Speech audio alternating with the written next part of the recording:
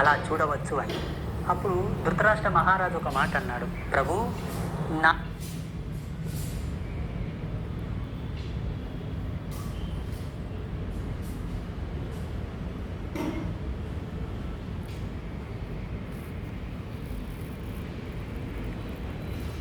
లేదు, నేను అందుడను, నాకు చూపించండి తండ్రి అంటే తన శక్తిని ధృతరాష్ట్రునికి ఇచ్చి పరమాత్మ దర్శనం చేయించాడా లేదా?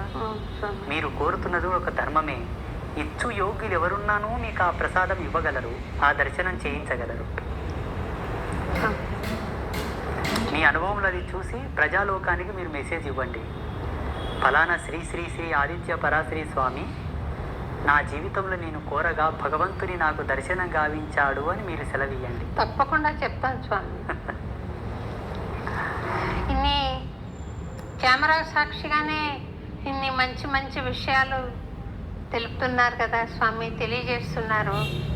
నేను చెప్పేది అవసరమా? వాళ్ళు నేను తెలుసుకుంటున్నానని చెప్పకనే తెలుసుకుంటున్నారు. కానీ నాకు దర్శనమైనప్పుడు మటుకు తప్పకుండా తెలియజేస్తాను స్వామి.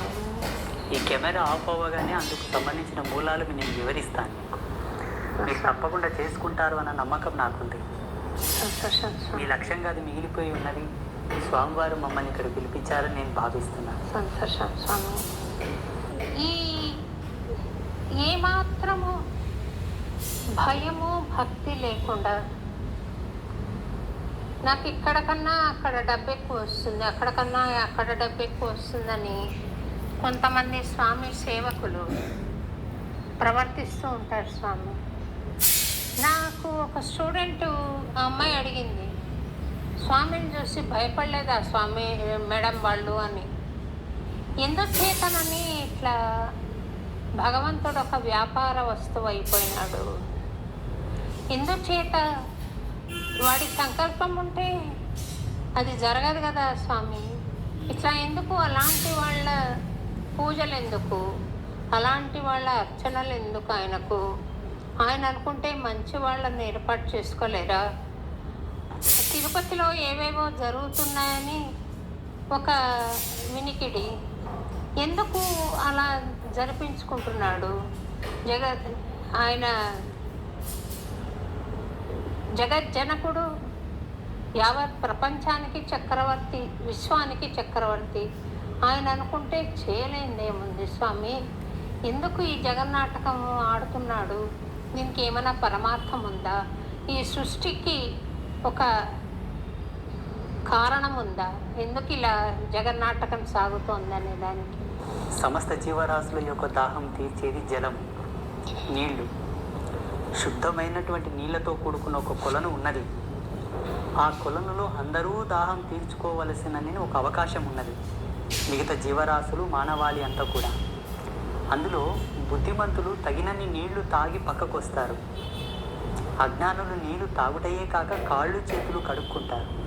మూర్ఖులు కాళ్ళు చేతులు కడుక్కోవడం కాకుండా దాంట్లో ఈత కొడుతూ ఆ నీళ్లను వండు చేసేసి ఎవరికి తాగకుండా పనికి రాకుండా చేసేస్తుంటారు. దానికి తగినటువంటి పరిణామం కూడా వాళ్ళు అనుభవించాలి, తప్పదు.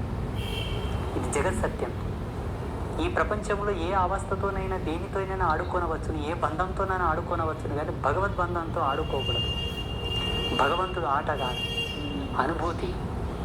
భగవంతుడు వ్యాపారం కాదు, పరమ భక్తి.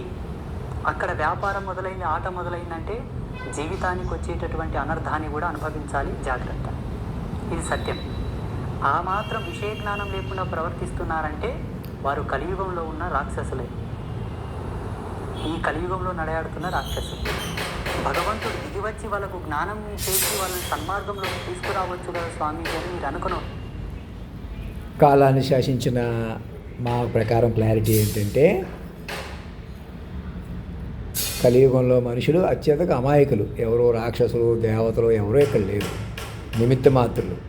ఇంకా ముందు కాలంలోనే దేవుడి గురించి మరింత తెలిసి తపస్సు, యోగం ఉన్నవాళ్ళు. ఇప్పుడు పాపం శరీరమే సర్వం అనుకొని బతుకుతున్న మాయమ మనుషులు ఏంటి. అట్లాంటి మనుషుల్ని కాపాడడం కోసం ఆ భగవంతుడే తల్లిదండ్రులుగా మారిపోయి వాక్ విశ్వరూపంగా మారిపోయాడు. వాళ్ళని పట్టుకొని ఈ పాత పురాణాలు, ఈ స్వామీజీ దళిత వర్గానికి చెందిన వారైనా స్వామీజీ అయ్యారు. అలాగే మా వెనకాల పడి మమ్మల్ని బలవంతంగా క్రిస్టియన్స్ మార్చేసిన పరిస్థితులు మేము ఉన్నాము. ఇలా రకరకాలు హిందువుల్లోనే మోసాలు. ఇంకా హిందువులా, క్రిస్టియన్సా, ముస్లిమ్సా అని వదిలిపెట్టేసి ఆ మాట విని మేము చెప్పినట్టు నడుచుకోండి. ఈ స్వామీజీలకి అందరికీ చెప్పండి. అలాగే అన్నమాచార్య కీర్తనలు పాడేటువంటి శోభారాణి గారికి, శోభావాణి గారు, రాణి గారికి నాకు పేరు సరిగా ఇక్కడ లేదు, వారికి అందరికీ ఆశీర్వాదపూర్వకంగా తెలియజేయండి. ఏమనగా మమ్మల్ని వాక్ విసురుగా పట్టుకుని నేను దేవుడిని చూడవచ్చా, ఇలా చూడవచ్చా, దేవుడిని నేను ఇప్పుడు మీకు దేవుడి గురించి ఇప్పుడు లైవ్లో చెప్పలేను, తర్వాత చెప్తాను, మీరు దేవుడు మీకు అలా కనపడతారని ఆయన చెప్పడం కొంచెం హాస్యాస్పదంగానే ఉంది.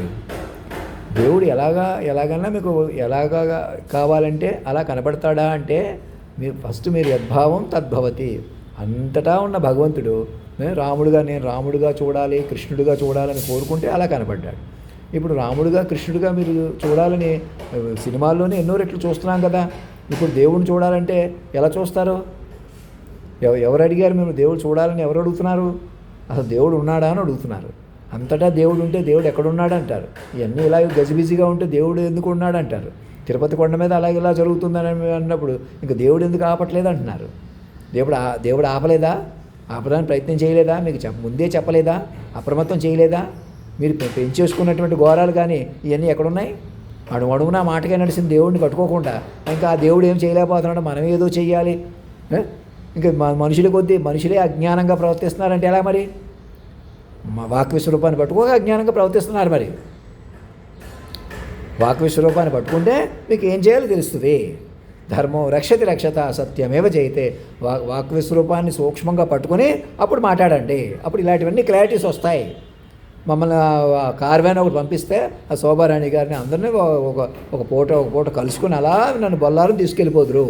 ప్రతి సినిమా వాళ్ళ ఇంటికి ఒకసారి ఒక్కొక్క గంట అందరినీ కలుసుకుని నాకు తెలిసిన వాళ్ళు, తెలియని వాళ్ళకి అంత పరిచయం చేసుకుని, సాక్షులు కొందరు నాతోటి ఉండి నా పరిచయం చేస్తూ, నన్ను బృందంగా పరిచయం చేస్తూ అందరిని ముందుకు తీసుకెళ్ళాలా? నేను ఇక్కడ ఉండిపోతున్నాను, మీరు ఇంకా ఎక్కడికో వస్తే చూస్తారు, ఇంకా అలా వద్దు ఇలా వద్దు అని మీకు సలహాలు ఇస్తున్న వాళ్ళకి అందరికీ చెప్తున్నాను. నన్ను మాస్టర్ మైండ్ పట్టుకోకుండా మీరు ఎన్ని మాటలు చెప్పండి, మీరు దేవుడిని చూద్దాం అనుకుంటున్నారు. దేవుడిని చూడటం ఏంటి? ఈ రోజుల్లో దేవుడిని చూడటం ఏంటి? దేవుడిని ఫీల్ అవ్వాలి, దేవుడిని మీరే పెంచుకోవాలి, గ్రహ సంచారాదులే మీరు నడుపుకోవాలి, దైవత్వాన్ని పెంచుకోవాలి. ఇంకా దేవుడు ఎక్కడున్నాడు? దేవుడు అలా ఉండిపోతే దేవుడు అవుతాడా? అంత కృష్ణుడు దేవుడు అని అన్నారు. ఎలాగా? భగవద్గీత చెప్పాడు కాబట్టి, అంతటా తాను ఉన్నాడని చెప్పాడు కాబట్టి. అలాంటి దేవుడిని మళ్ళీ చూడాలంటే ముందు అలా వచ్చింది ఎవరు? మాస్టర్ మైండ్ అని తల్లిదండ్రులు అని చెబుతుంటే అర్థం చేసుకోకుండా, ఇంకా వీళ్ళకి ఎవరికి సరిగా చెప్పకుండా ఎవరి గోళ్ళు ఉండేలాగా మేనేజ్ చేసుకుంటూ మీడియాలో కెమెరాలు మీ కంట్రోల్లో పెట్టుకుని మీ చేతుల్లో ఉంది, మీ ఎవరికి కాకుండా చేసుకుంటూ మీరు ముందుకు రాకుండా, ఎవరిని ముందుకు రాకుండా ప్రవర్తిస్తుంది ఎవరు? మాగంటి మురళీమోహన్ గారు అలర్ట్ అవ్వండి, మా ఫోన్లో స్పందించి ముందుకు రండి, కారు పంపించండి, వస్తాను, ఇలాగే చెప్పుకుందాం. ఇక్కడ ఎందుకు ఉంటాను ఫ్యాన్ కూడా లేకుండా ఏదో తింటూ? మా బంధువు చేత ఫోన్ చేయించడం ఎందుకు? నన్ను తీసుకెళ్ళి ఆయన కూడా పిలవండి, లేకపోతే ఆన్లైన్ చూపించండి వాళ్ళందరికీ ఎవరెవరు బతుకున్నారో. చచ్చిపోయిన వాళ్ళు తీసుకురాలేరు. ఇక్కడ అక్కడ నువ్వు నేను ఎవరో నాకు చెప్తారు, ఎవరో పెద్దోళ్ళు, ఇంకెవరో చిన్నోళ్ళు ఎవరున్నారు ఇక్కడ? మాస్టర్ మైండ్లు రండి. ధర్మం రక్షతి రక్షత సత్యమేవ జయితే.